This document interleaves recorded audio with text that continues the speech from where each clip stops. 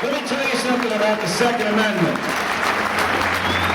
If anybody tells you that the Second Amendment was written to protect hunters' rights, they don't know what they're talking about. The Second Amendment was written to allow you to protect yourself when the police are unable or unwilling to be there.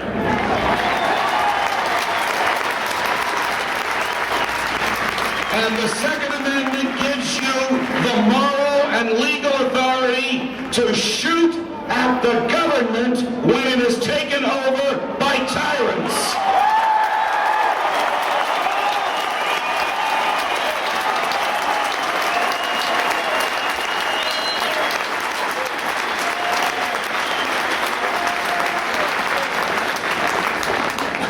The other rights are well known to us.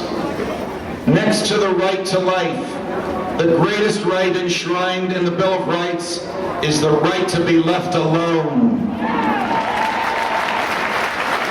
That's enshrined in the Fourth Amendment. We also call it the right to privacy. And it says if the government wants to come knocking on your doors, no more self-written search warrants. The government has to go to a neutral judge and present the judge with evidence under oath that it is more likely than not that there is evidence of a crime behind that door, and if the judge agrees, she or he will authorize a search warrant, and if the judge does not agree, then the most powerful government in the land cannot cross the threshold of the most humble house in the land.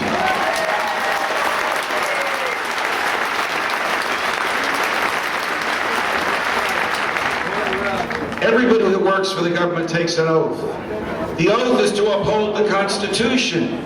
The oath is to defend these rights, not to find ways around them.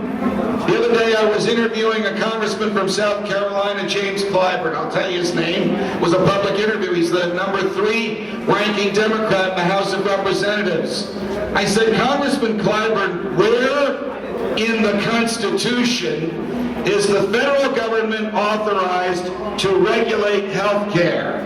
He said to me, Judge, most of what we do in Washington is not authorized by the Constitution. I praised him for his honesty, but I condemn his attitude that they can write any law, tax any behavior, regulate any activity, steal any property, just because they are the Congress. The Constitution says they cannot do that to us.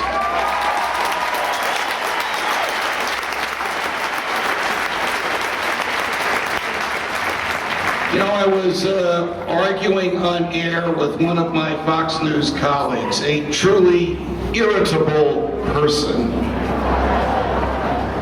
And I was making the case that no president, no matter how well-intended, can declare a person an enemy combatant and lock them up and throw away the key. That our rights are natural and they apply to everyone, and the Constitution applies in good times and in bad. And then I said to him, what would you do, this was 2 years ago, if Hillary became president and she declared you an enemy combatant? And he said to me, well, if Hillary declares me an enemy combatant and ships me to Gitmo, Judge, would you come and visit me? I looked at him and I said, Bill, no. Because she'd probably keep me there as well. There's a woman that used to be the governor of this state, Janet, what's her name?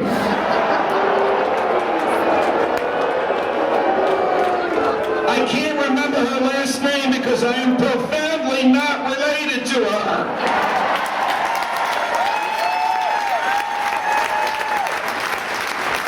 She issued a report about 2 months ago saying the following classes of human beings are dangerous to freedom. People who think taxes are too high, people who think the government is too big, people in favor of the right to life, and people who believe in the right to carry guns. What planet is she living on?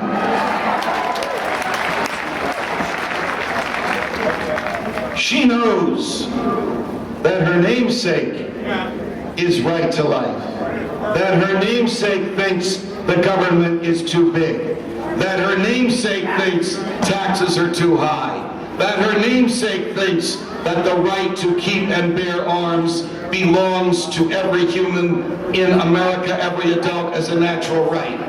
But how does she know that you think that? You see, her agents have the power to write their own search warrants and to serve those search warrants on your doctor, your lawyer, your banker, your telephone company, and your computer server. Her agents have the right to capture every keystroke that you touch on your computer at the office or your laptop at home. Where the devil did they get that from? From an abominable piece of legislation enacted in the Bush years, which is the worst piece of legislation in the history of the country, called the Patriot Act. The Patriot Act lets federal agents do to us what British soldiers did to us. And my friends in the Republican Party voted in favor of it because they thought that the Republicans would run the executive branch forever. And now that it is run by people that they don't like and don't know and don't understand and don't trust, they wonder where Janet, what's her name, got this power from. They gave it to her. One of the things that Madison said in the summer of '87 was, we have to have checks and balances. We have to have a court that can invalidate the Congress. We have to have the states that can nullify the federal government, because men are not angels, and we can't trust anyone with the type of power that Congress has given to the president today.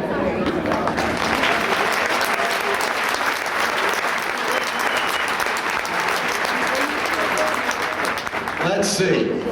Social Security, bankrupt. The Post Office, bankrupt. Medicare, bankrupt. Medicaid, bankrupt.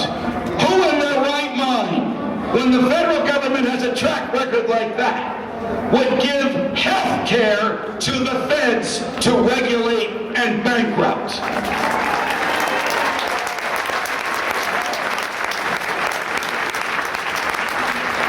In the long history of the world, only a few generations have been granted the role of defending freedom in its maximum hour of danger. This is that hour, and you are that generation, and this is that time. And gatherings like these tell Washington, stay the hell there and leave our freedoms alone.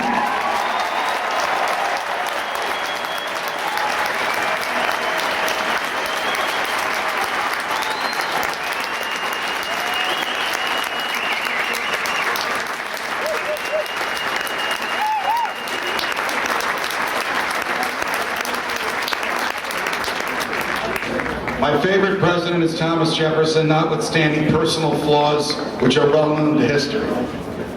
At the same time he wrote that all men are created equal, he also owned 200 slaves and probably fathered 7 children with one of them. But he understood certain truths that the great man who wrote The Conscience of a Conservative 50 years ago understood well, and few politicians do. The individual is greater than the state. Every person is greater than any government, and every government must recognize that.